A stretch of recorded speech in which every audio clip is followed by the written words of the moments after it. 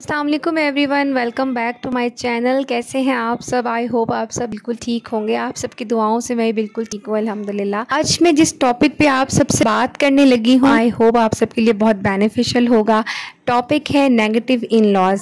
क्योंकि हमारी सोसाइटी में ये चीज़ बहुत आम हो गई है, इसीलिए मैंने सोचा कि आज हम इस टॉपिक पर डिस्कस करते हैं।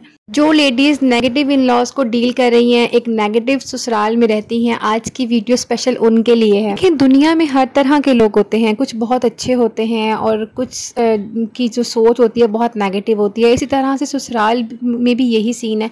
कुछ ससुराल बहुत अच्छे होते हैं और कुछ बहुत नेगेटिव सोच रखते हैं। उनकी एक एग्जांपल ऐसी है कि दुनियादारी देखी जाए तो औरत की शादी ससुराल वालों से होती है। शरीयत देखी जाए, औरत पर सबसे ज़्यादा हक उसके शौहर का होता है, मगर आज की औरत को शौहर से ज़्यादा ससुराल वालों को खुश रखना पड़ता है। असल मसला शुरू पता कब होता है? जब बेटी और बहू में बहुत फ़र्क किया जाता है। यानी कि बहुत से ससुराल में ऐसा होता है कि अपनी बेटियों को तो बहुत ज़्यादा प्रोटोकॉल दिया जाता है और बहू को कोई पूछा ही नहीं जाता।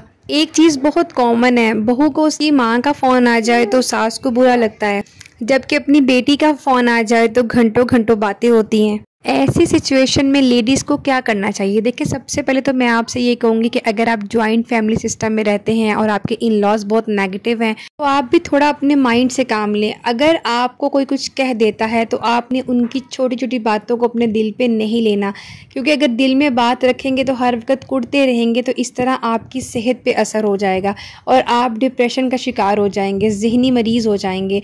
तो उसके लिए बेहतर ये है लोगों की बातों को इग्नोर करना सीखें। दूसरी बात, बहुत सी लेडीज़ जो जॉइंट फैमिली सिस्टम में रहती हैं और इन लॉज में रहती हैं, वो बाकी सब काम को प्रायोरिटीज़ दे रही होती हैं, लेकिन अपने बच्चों की उनको बिल्कुल फ़िक्र नहीं होती। कोई उनसे बात पूछे तो कहा जाता है कि जी मैं घर के काम कर रही थी इसलिए ये चीज़ इग्नोर हो गई है।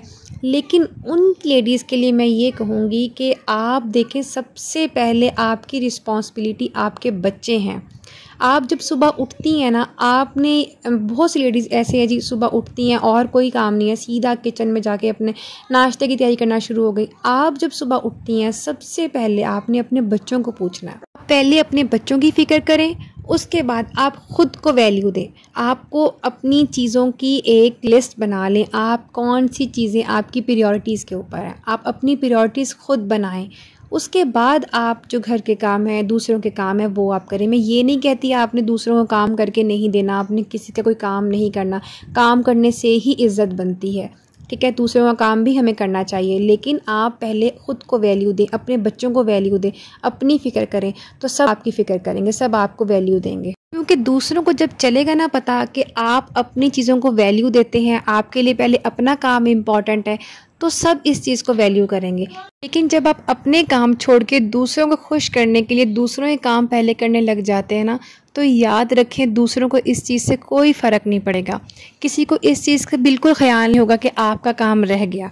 उनको बस अपने काम से मतलब होगा और उल्टा वो आपको और काम कहेंगे और आप पे काम डालेंगे। तो नुकसान किसका होगा? सारा नुकसान आपका होगा, आपके बच्चों के काम रह जाएंगे। तो जॉइंट फैमिली सिस्टम और इन लॉज में रहने का रूल ही यही है कि आप अपनी प्रायोरिटीज़ की एक लिस्ट बना लें, ताकि आपको पता हो कि आपने कौन सा काम पहले करना है।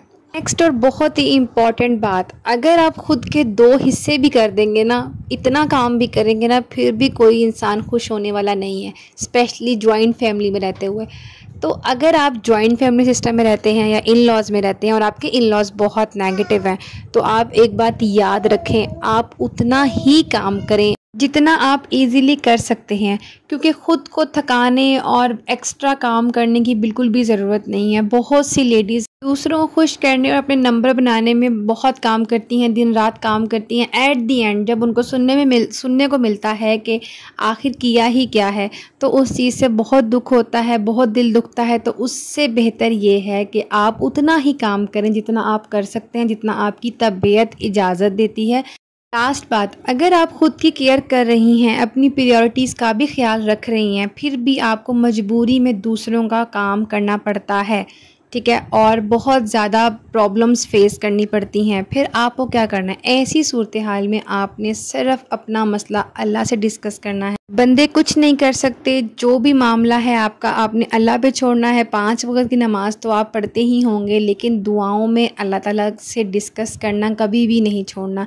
अगर आप अपने सारे मामलात अल्लाह ताला से डिस्कस करेंगे तो आपके दिल में सुकून रहेगा और आपका दिन भी अच्छा गुजरेगा। आई होप आपको मेरी वीडियो अच्छी लगी होगी। वीडियो अच्छी लगे तो वीडियो को लाइक लाजमी कीजिएगा और चैनल को सब्सक्राइब करना बिल्कुल भी मत भूलिएगा। मिलते हैं अगली वीडियो में, तब तक के लिए अल्लाह हाफिज़।